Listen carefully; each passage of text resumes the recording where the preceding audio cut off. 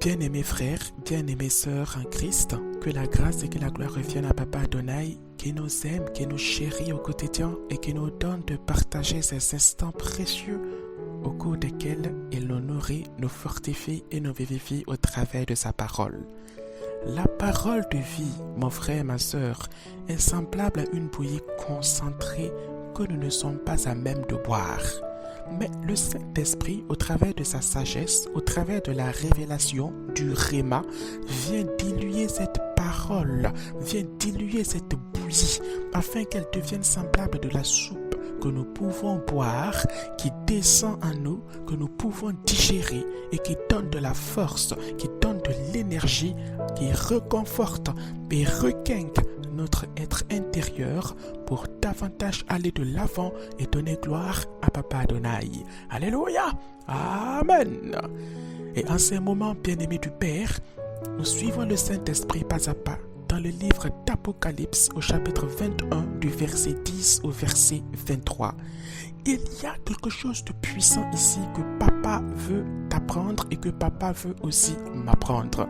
C'est pourquoi, bien-aimés du Père, allons tout doucement, suivons le Saint-Esprit dans ce qu'il a prévu de nous apprendre en ces instants et qui porte pour titre « Marche dans ma révélation ». Marche dans ma révélation. Apocalypse chapitre 21 à partir du verset 10. Le Père nous dit: Et il me transporta en esprit sur une grande et haute montagne. Ici, Papa, au travers de la parole, nous parle de l'apôtre Jean-Baptiste qui recevait d'un de ses anges une révélation particulière relative au déroulement des événements relatifs à la fin des temps. Alléluia. Amen. Et l'apôtre Jean-Baptiste donc était transporté en esprit sur cette montagne par l'ange de Papa qui lui parlait et lui donnait donc la révélation suivante. Et il me montra la ville sainte. Là, ça devient très intéressant, bien-aimé du Père. Jérusalem, Jérusalem qui descendait du ciel d'auprès de Dieu. Qu'est Jérusalem ici? Je ne dis pas, mon frère, ma soeur, qu'est-ce que Jérusalem? Parce que Jérusalem, tel que le Père nous le montre ici, n'est pas une chose. Mais Jérusalem, tel que le Père nous le montre ici, est une personne. Et tu vas comprendre cela, bien-aimé du Père, quand tu remontes dans le passage toujours d'Apocalypse au chapitre 21 et au verset 1 et 2. À ce niveau, tu verras que l'apôtre Jean-Baptiste dit: Et je vis descendre du ciel d'auprès de Dieu la ville sainte, la nouvelle Jérusalem, préparée, écoute bien, bien-aimé du Père, préparée comme qui? Comme une épouse qui s'est parée pour qui? Pour son époux. Alléluia. Amen. Écoute-moi bien, mon frère, ma soeur. À l'église, le jour du mariage là, quand le marié est arrêté, la mariée vient au bras de qui? La mariée entre dans l'église au bras de son papa. Et son papa l'accompagne bras dessus, bras dessous, jusque auprès de son futur époux et la lui donne en mariage.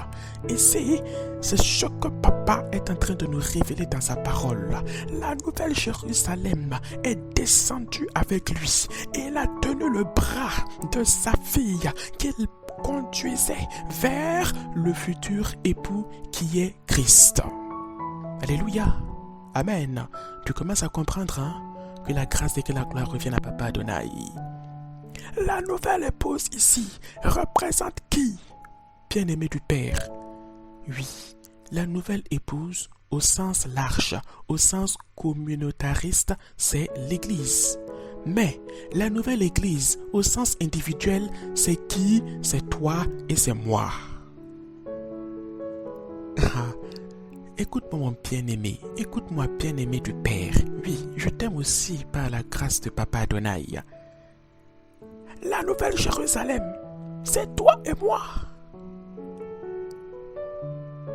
La parole nous dit dans 1 Corinthiens chapitre 6 verset 19: Par par l'apôtre Paul que le corps de l'homme est le temple du Saint-Esprit. L'Église au sens individuel, c'est toi, bien-aimé du Père. Et quand plusieurs chrétiens se retrouvent en un endroit, ils composent le corps de Christ. Ils composent l'Église à proprement dite au sens large, au sens communautariste. Mais au sens individuel, l'Église se représente en toi. Parce que ton corps est le temple du Saint-Esprit. Maintenant, quand des frères et des sœurs en Christ se retrouvent au sommet d'une montagne, le sommet de la montagne devient une église au sens large. Quand les frères et les sœurs se retrouvent dans une vallée, la vallée devient une église au sens large. L'église, ce ne sont pas les bâtiments. L'église, ce n'est pas le béton, ce ne sont pas les murs, les portes, les fenêtres. Mais l'église, c'est la communion fraternelle des frères et des sœurs en Christ à un endroit donné et à un moment donné. Alléluia. C'est pourquoi, bien-aimé du Père, tu es l'épouse du Christ au sens propre, au sens individuel. Amen. Et le Père te conduit, comme un papa conduit sa fille, bras dessus, bras dessous, pour te mener à ton futur époux, qui est Christ et qui t'attend à la fin des temps pour célébrer les noces et le mariage. Que la grâce et que la gloire reviennent à Papa Adonai. Est-ce que tu comprends maintenant ce que Papa est en train de nous enseigner ici? La nouvelle Jérusalem, bien-aimée du Père, c'est toi qui descends auprès de Papa pour aller épouser ce fils magnifique, excellent, glorieux qui s'appelle Jésus-Christ. Il a versé son sang pour te sauver. Il est le plus bel époux qui soit que le Père a pour toi comme pour moi. Alléluia. Amen. Nous poursuivons la lecture, bien-aimé de Papa. Jérusalem donc, qui descendait du ciel de près de Dieu, ayant la gloire de Dieu. Ayant la gloire de Dieu. N'est-ce pas magnifique, sa frère? N'est-ce pas magnifique, sa sœur? Tu as la gloire de Dieu en toi. Alléluia. Amen. C'est beau.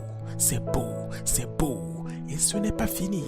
En étant épouse du Christ, le Père t'a préparé. En étant épouse du Christ, le Père a mis en toi des qualités, des capacités, des trésors cachés, afin que tu puisses être une épouse excellente pour ce futur marié, afin que tu puisses être l'épouse idéale pour ce fils parfait, afin que tu puisses être l'épouse magnifique, l'épouse rêvée pour Christ. Quelles sont les qualités que le Père a mises en toi pour accomplir à bien le ministère du royaume des cieux sur la terre et montrer à l'humanité que tu es l'épouse du Christ, prête et préparée pour ton futur mariage? C'est la question que Papa te pose et c'est la question que Papa me pose, et nous allons ensemble suivre le Saint-Esprit dans les passages suivants pour davantage comprendre cela. Alléluia. Amen. Lisons ensemble, bien-aimés du Père, à partir du verset 11. Son éclat était semblable à celui d'une pierre très précieuse. Il n'est pas dit une pierre précieuse, hein, frère, sœur. Une pierre très précieuse. Une pierre de jaspe transparente comme du cristal. Alléluia.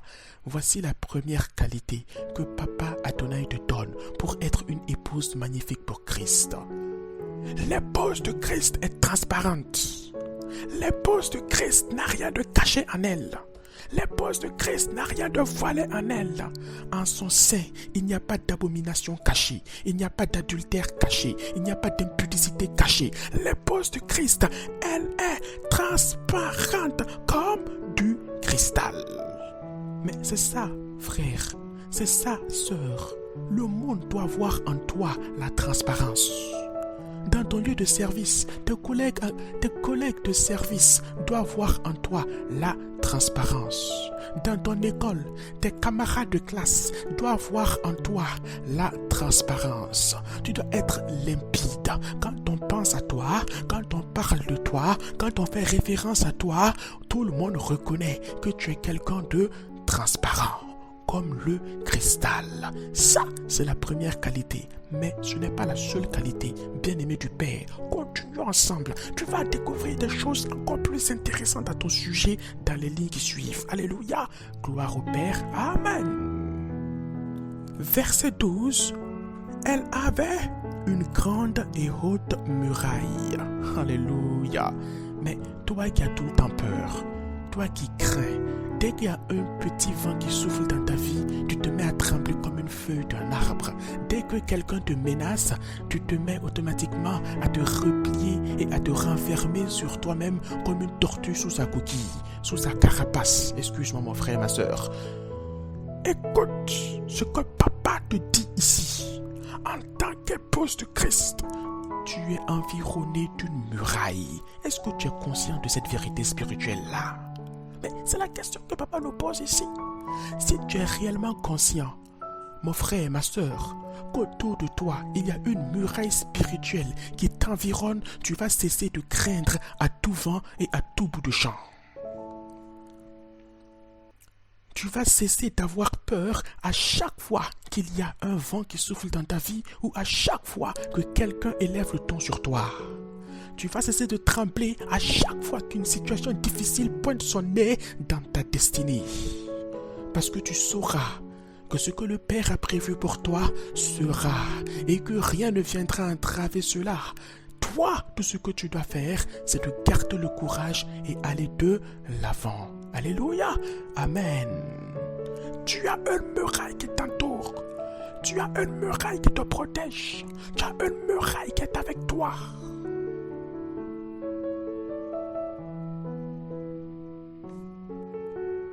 Elle avait 12 portes qui est la muraille. Et sur les portes, 12 anges. Et des noms écrits, ceux des 12 tribus des fils d'Israël.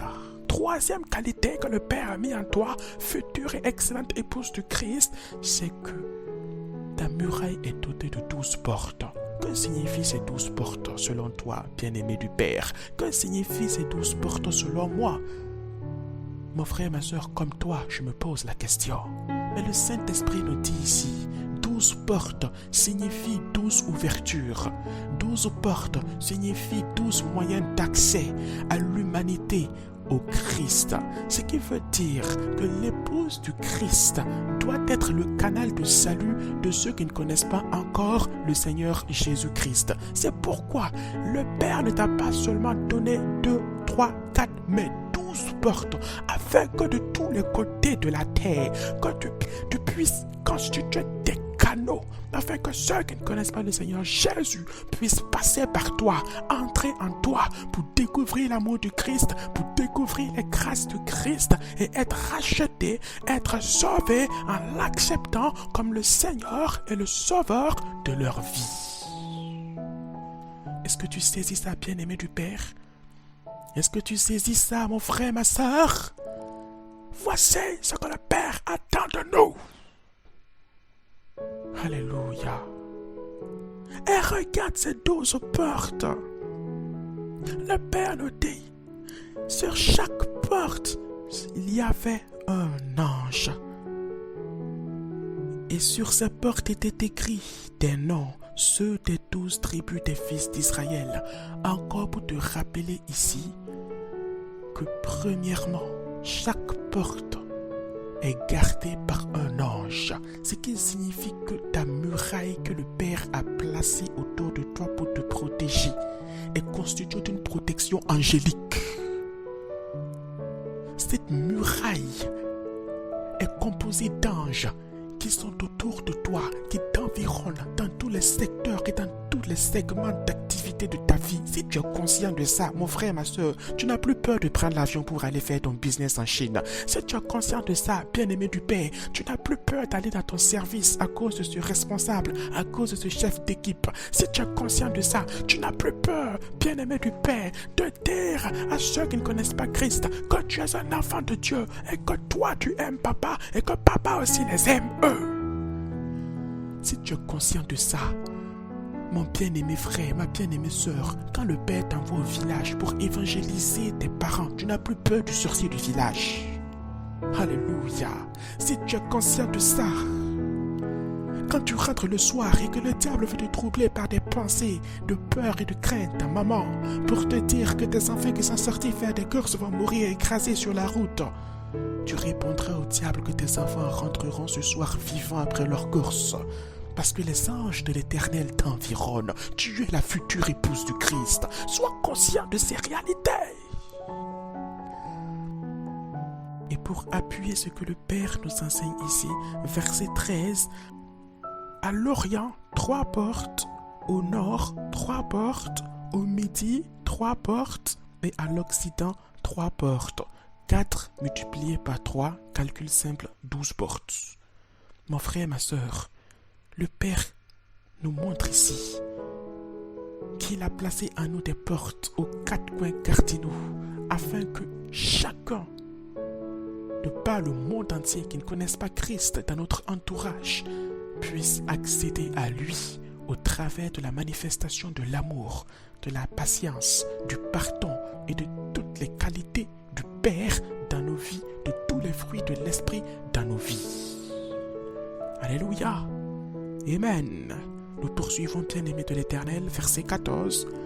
La muraille de la ville avait 12 fondements, et sur eux, les 12 noms des 12 apôtres de l'agneau.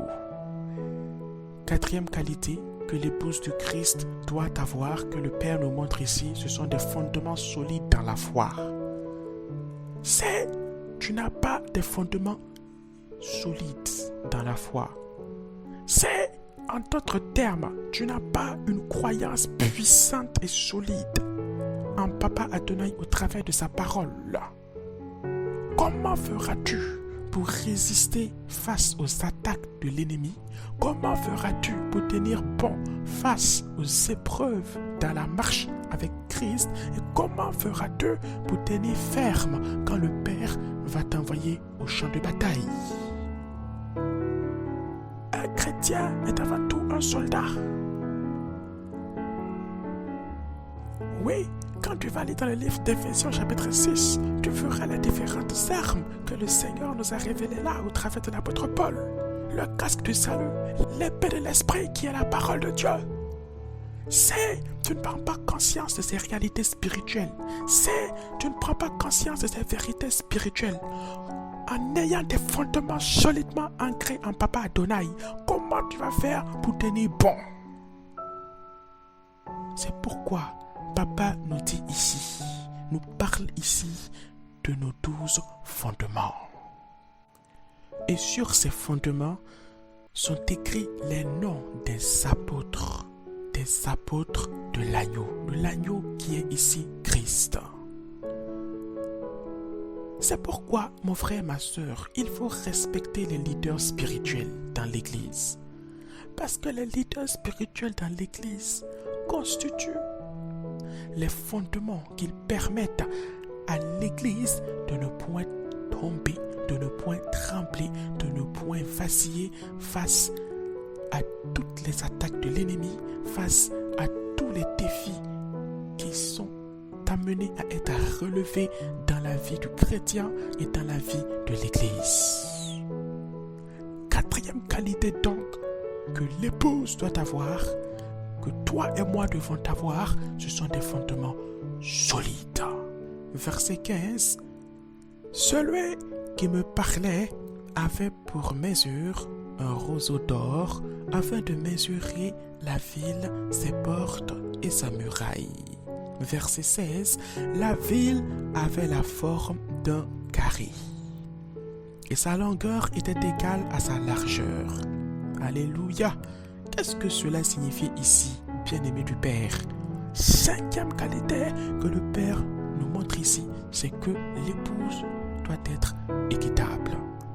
C'est pourquoi le Père nous dit que la ville a la forme d'un carré, dont la longueur, la largeur et la hauteur sont égales. Alléluia. Amen. L'épouse doit être équitable. Ce que le Seigneur fait, mon frère, ma soeur, que tu dois être équitable.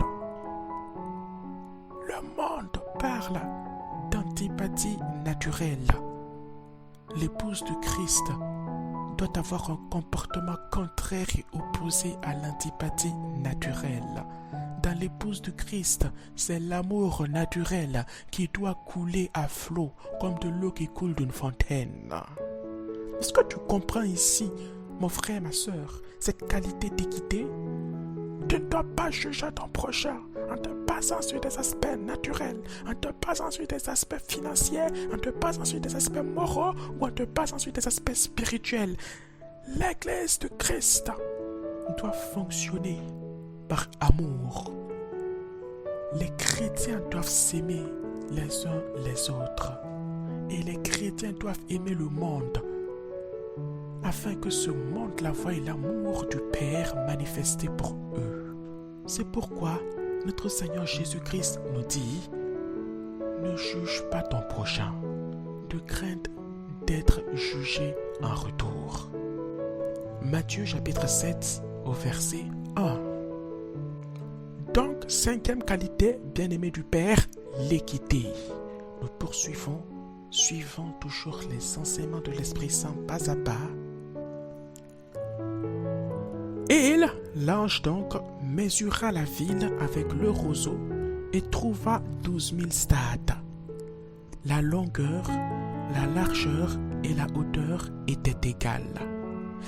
Et il mesura la muraille et trouva 144 coudées, mesure d'homme qui était celle de l'ange. Alléluia. Amen. La muraille était construite en jaspe. Alléluia. Et la ville était d'or pur, semblable à du verre pur. Mais regarde toute la magnificence et tout l'éclat, épouse du Christ, que le Père met en toi et fait rayonner au travers de toi. Il te rend semblable à de l'or pur. Est-ce que tu réalises tout l'amour que le Père porte pour toi? Est-ce que tu vas arrêter de te voir comme quelqu'un qui n'a aucune signification aux yeux de papa? Est-ce que tu vas arrêter de penser que le Père ne t'aime pas? Est-ce que tu vas arrêter de croire les mensonges que le diable cherche à mettre dans ta tête pour te faire croire qu'à cause de ces difficultés que tu traverses, le Père t'a oublié et t'ignore? Dis-lui également. Dis à cet esprit méchant qui veut t'éloigner de ton papa qu'il a tort, mais que tu resteras toujours ancré en Christ. Le Père te rend semblable à de l'or et la muraille angélique qui te protège est si précieuse qu'elle a un aspect de jaspe. La jaspe, c'est une pierre très précieuse, semblable au rubis ou semblable au diamant. Alléluia. Verset 19. Les fondements de la muraille de la ville étaient ornés de pierres précieuses de toute espèce. Alléluia. Écoute très bien, mon frère, ma soeur, écoute par la grâce de papa. Le premier fondement était de jaspe. Comme je te disais, par la grâce du Père, une pierre très précieuse. Et c'est pas tout.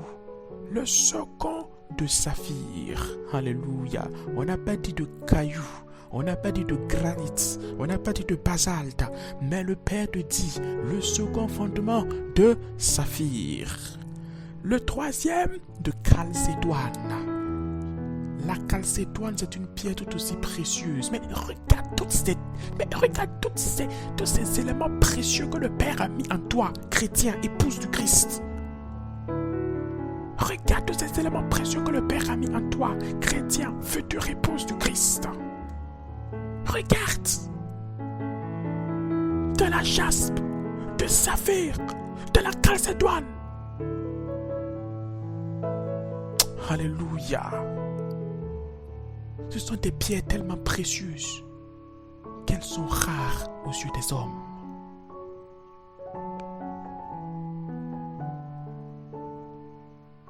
Alléluia.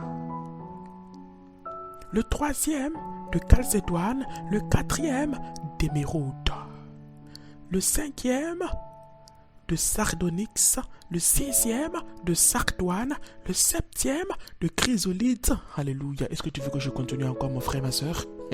Regarde là toutes les qualités, regarde là toutes ces choses précieuses que le Père a mis en toi, future épouse de Christ. Le huitième de béryl, et c'est pas fini. Le neuvième de topaz, alléluia. Le dixième de chrysoprase, le onzième d'hyacinthe, le douzième d'améthyste. Ah, il faut bien respirer pour lire tout ça. Hein? Regarde comment est-ce que le Père t'a nanti. Regarde comment est-ce que le Père t'a chéri. Toutes ces pierres précieuses-là, il les a mises en toi. Et que représentent-elles? C'est la question que tu te poses, bien-aimé du Père. Sache simplement que toutes ces pierres précieuses que le Père a mis en toi, future épouse du Christ, représentent des dons particuliers. Le topaz ici est un don. La calcédoine est un don. L'émeraude est un autre don. La sardonyx est un autre don. Chaque pierre représente un don pour manifester la multiplicité des dons dans la future épouse du Christ. La parole de Dieu est connectée. La parole du Père est logique. Elle a un enchaînement sensé. C'est pourquoi plus haut, le Père nous dit que l'épouse doit être équitable. Le chrétien ne doit pas juger son prochain. Pourquoi? Parce que dans chaque chrétien, il y a une, voire plusieurs pierres précieuses. À chaque chrétien, il y a un don, voire plusieurs dons. Afin que quand les chrétiens se retrouvent ensemble pour prier les uns pour les autres, que chaque chrétien manifeste un talent, manifeste un don qui va venir aider son prochain, qui va venir aider son frère, qui va venir soutenir sa sœur. C'est pourquoi tu ne dois pas juger ton frère ou ta sœur à l'église, autant que tu ne dois pas juger ton prochain dans le monde. C'est pourquoi un tel a le don de vision et l'autre a le don de la révélation. C'est pourquoi un tel a le don de prier pour les malades et l'autre a le don d'avoir des songes et des prophéties. Alléluia! Afin que chacun puisse venir compléter l'autre et que l'Église soit forte, allant de l'avant et toujours triomphante pour la gloire du Père. Regarde tout l'amour que le Père a manifesté en toi, future épouse de Christ. Alléluia et Amen. Verset 21. Les 12 portes étaient 12 perles. Chaque porte était d'une seule perle. La place de la ville était d'or pur comme du verre transparent. Les portes par lesquelles le monde passe au travers de toi pour connaître Christ, au travers de ce que tu manifestes l'amour de Christ, au travers de ce que tu manifestes la paix du Christ, au travers de ce que le monde te voit être offensé sans que tu ne te venges en retour, au travers de ce que le monde voit, que tu te fais gifler sur la joue gauche alors que tu présentes à nouveau la joue droite, au travers de ce que le monde te voit, ne point avoir en toi d'antipathie naturelle ou de préjugés à tout vent, mais en toi un amour constant, une sagesse magnifique, un esprit accueillant à bras ouverts, et qu'au travers de cela, il voyait rayonner l'amour de Christ. Oui, venant à Christ au travers de ta personne et de ta vie. Oui, chacune de ces portes qui constituent des chemins d'accès sont constituées de perles. Pour te dire ô combien tu as de l'importance aux yeux du Père pour la mission terrestre qu'il t'a confiée. Alléluia. Amen. Mon frère, ma soeur, nous poursuivons au verset 22. Je ne vis point de temple dans la ville, car le Seigneur Dieu Tout-Puissant est son temple ainsi que l'agneau. Alléluia! Est-ce que tu comprends, mon frère, ma soeur, pourquoi est-ce que l'apôtre Paul a dit plutôt que le corps de l'homme est le temple du Saint-Esprit? Dans 1 Corinthiens chapitre 6 au verset 19.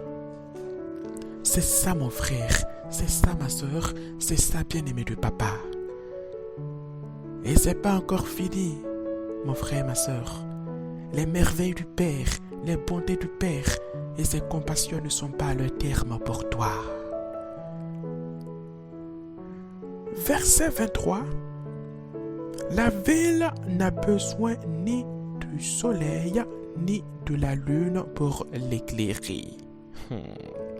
Car la gloire de Dieu l'éclaire et l'agneau est son flambeau. Ce que veut-on dire?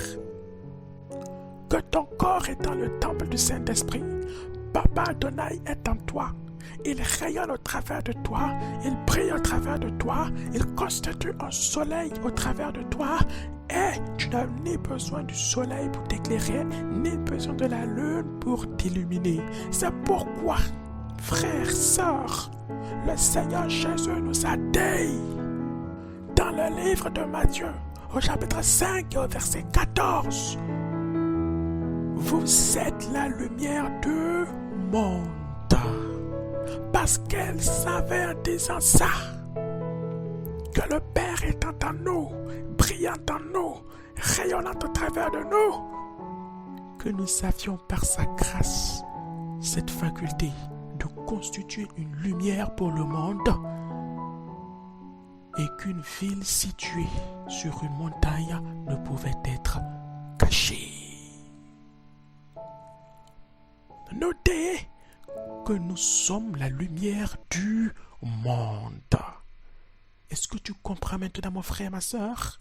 Parce qu'elle savait, en disant ça, que le Père viendrait, au travers de l'œuvre qu'il aurait accomplie, habiter en nous, afin que nous rayonnons de la lumière de Papa Adonai au travers de nos vies. Tout est connecté, tout est lié. Matthieu 5, 14, vous êtes la lumière du monde, nous dit notre Seigneur Jésus-Christ, alléluia. 1 Corinthiens 6, 19, le corps de l'homme est le temple du Saint-Esprit, le temple du Père, nous dit l'apôtre Paul. Et Apocalypse chapitre 21 au verset 23, le Père nous dit que la gloire de Dieu resplendit au travers de nous et que l'agneau constitue notre flambeau. Alléluia. 3 passages qui se rejoignent pour expliquer la même chose. Regarde ici, bien-aimé du Père, tout ce que Papa nous a appris. Nous qui pensons que nous étions zéro, nous qui nous demandions quelle était notre importance, le Père nous dit que nous sommes la future épouse de Christ. Et ce n'est pas tout. Il nous montre les différentes qualités qu'il a mis à nous. Premièrement, il nous a donné d'être transparents comme du cristal, afin que quiconque nous voit la transparence du Christ, ouverte à accueillir tout homme qui l'accepte comme Seigneur et Sauveur de sa vie. Deuxièmement, mon frère, ma soeur, il nous a nanti d'une protection angélique semblable à une muraille infranchissable par l'ennemi et par l'adversaire. Troisièmement, mon frère, ma soeur, écoute bien, il nous a donné des portes, 12 portes ouvertes sur les 4 coins cardinaux, afin que le monde entier qui nous entoure voie en nous les fruits de l'esprit manifestés dans le livre de Galates chapitre 5 verset 22, afin que quiconque nous voie les merveilles du Père, voie les merveilles de notre Seigneur Jésus-Christ et vienne en Christ au travers de nos vies.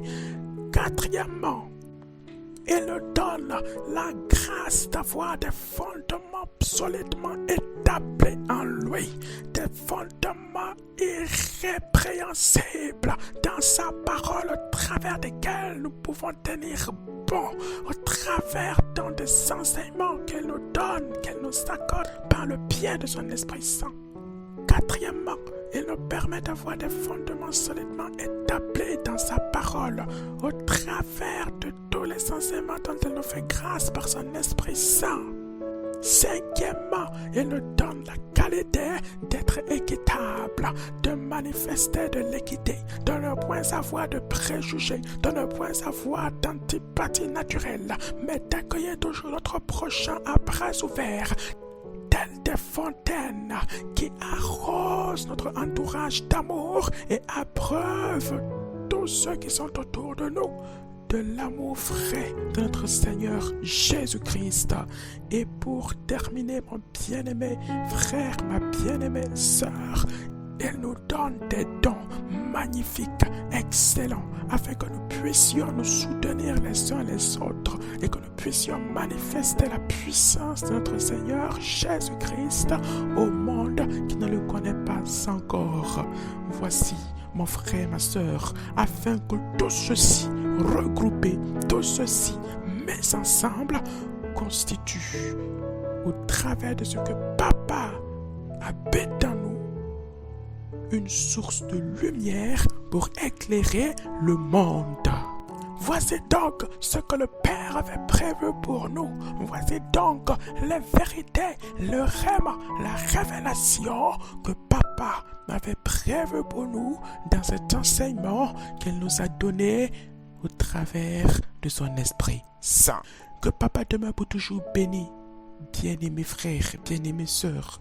Que son amour et que sa grâce continuent de luire toujours sur toi et que tout en nous soit et demeure toujours fidèle à notre Sauveur et à notre Souverain. Béni soit Papa, béni soit notre Dieu, béni soit notre Roi, aujourd'hui, pour toujours et éternellement, au nom de Jésus-Christ de Nazareth. Béni sois-tu, mon bien-aimé frère et ma bien-aimée sœur, au nom de Jésus-Christ. Amen.